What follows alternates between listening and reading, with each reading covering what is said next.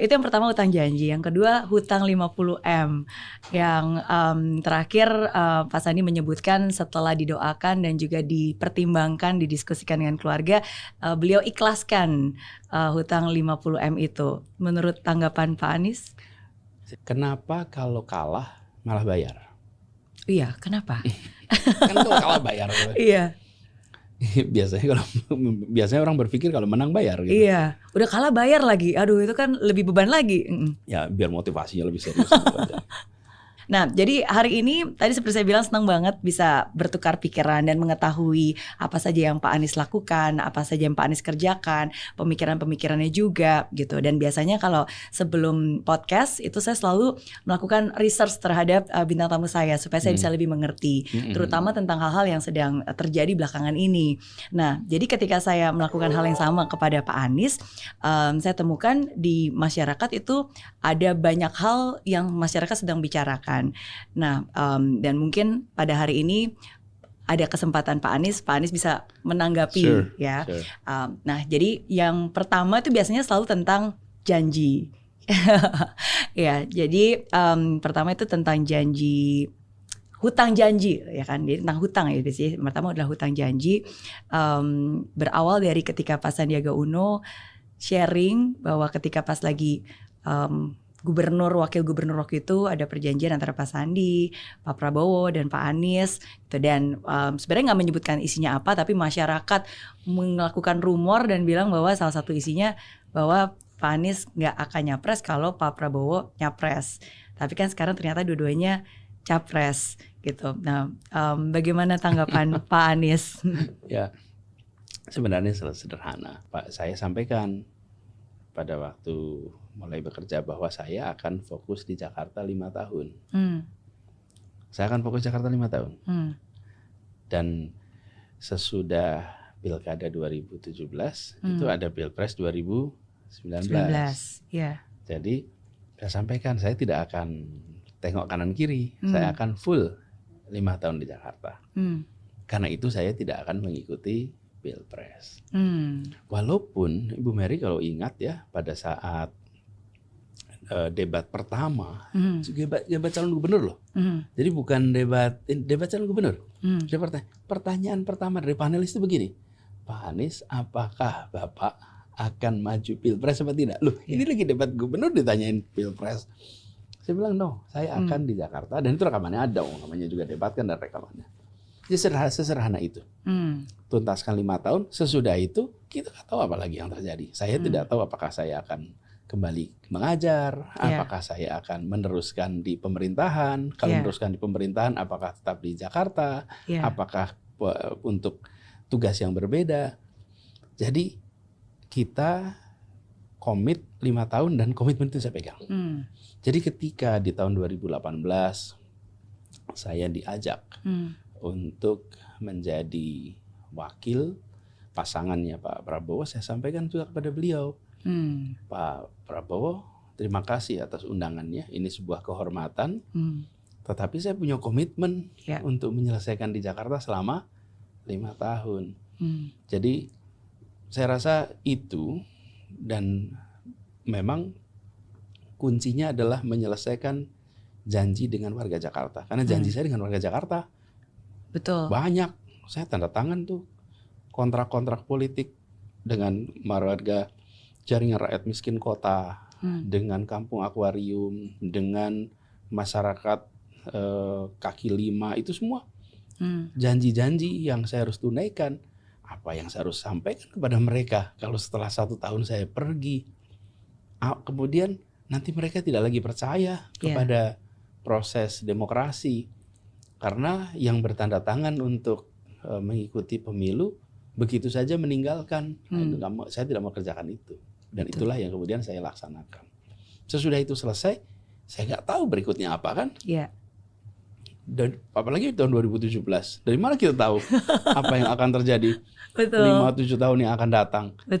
Tapi itulah komitmennya dan itu yang dilaksanakan. Oke. Terima kasih Pak Anies sudah menanggapi dan setuju. Pak Anies sudah memenuhi janji untuk bisa menyelesaikan masa tugas sebagai gubernur dan bahkan bukan hanya itu, approval ratingnya pun juga sangat baik. Alhamdulillah. Ya.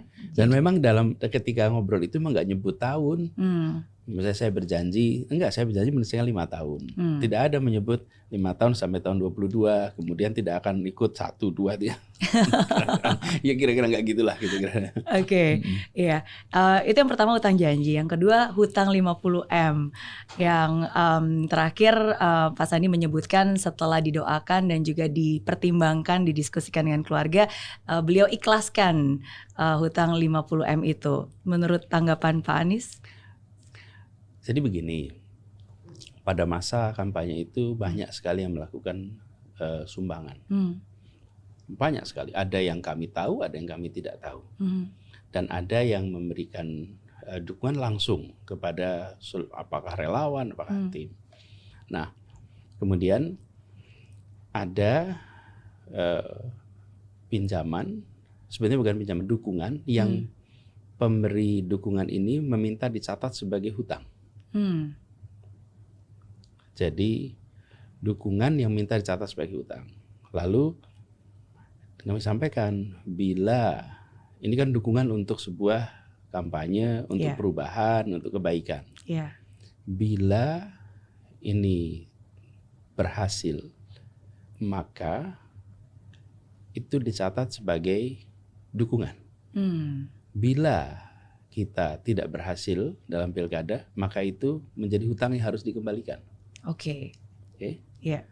Jadi itu kan dukungan tuh. Nah, siapa penjaminnya? Yang menjamin Pak Sandi. Jadi uangnya bukan dari Pak Sandi. Itu ada pihak ketiga yang mendukung. Kemudian saya menyatakan, saya ada suratnya, surat pernyataan hutang. Saya yang tanda tangan. Dan di dalam surat itu disampaikan, apabila pilkada kalah, maka saya berjanji, saya dan Pak Sandiaga Uno berjanji mengembalikan. Dan saya dan Pak Sandi, yang tanda tangan saya. Apabila kami menang pilkada, maka ini dinyatakan sebagai bukan hutang dan tidak perlu, jadi selesailah. Gitu, itu bentuk dukungan ya, dan sudah selesai, Ya. betul. Jadi itulah yang terjadi. Makanya begitu pilkada selesai, menang selesai. Saya ingin garis bawahi Bu Mary di sini. Kenapa kalau kalah malah bayar? Iya, kenapa? Kan kalau kalah bayar. Iya. Biasanya orang berpikir kalau menang bayar. Gitu. Iya, udah kalah bayar lagi. Aduh, itu kan lebih beban lagi. Ya, biar motivasinya lebih serius. Kalau kalah maka saya akan berada di luar pemerintahan.